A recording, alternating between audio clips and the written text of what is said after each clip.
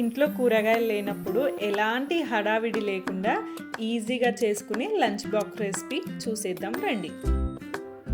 ముందుగా మనం వైట్ రైస్ని తీసుకొని అందులో 1 టేబుల్ స్పూన్ ఆఫ్ కారం, రుచికి తగినట్టు సాల్ట్ని వేసి మిక్స్ చేసి పక్కన ఉంచండి. తర్వాత ఒక ప్యాన్ తీసుకొని అందులో 3 టేబుల్ స్పూన్స్ ఆఫ్ ఆయిల్ని వేయండి.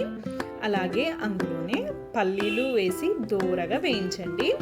అలాగే ఆవాలు, జీలకర్ర, ఎండుమిర్చి, కరివేపాకు, పసుపు, అల్లం వెల్లుల్లి పేస్ట్ కూడా వేసి పచ్చివాసన పోయేంత వరకు దోరగా వేయించండి. మీకు అవైలబుల్గా ఉంటే జీడిపప్పును కూడా వేసి ఈ రెసిపీని చేయొచ్చు. అలాగే మనం ముందుగా రెడీ పెట్టుకున్న రైస్ని తీసుకొని ఇందులో వేయండి. ఒక 2 మినిట్స్ పాటు ఫ్రై చేసి పక్కకు తీసేయండి. మీకు చాలా ఈజీగా ఈ రైస్ అనేది అయిపోతుంది.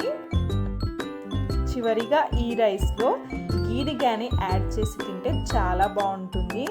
పొద్దున ఎలాంటి హడావిడి లేకుండా లంచ్ బాక్స్ రెసిపీ అనేది సింపుల్గా టేస్టీగా రెడీ అయిపోతుంది. చూసారా, చూడడానికి ఎంత చాలా బాగుందో. చూడడానికే కాదు, తినడానికి కూడా చాలా బాగుంటుంది. నెయ్యిని వేసుకొని తిని చూడండి, చాలా బాగుంటుంది.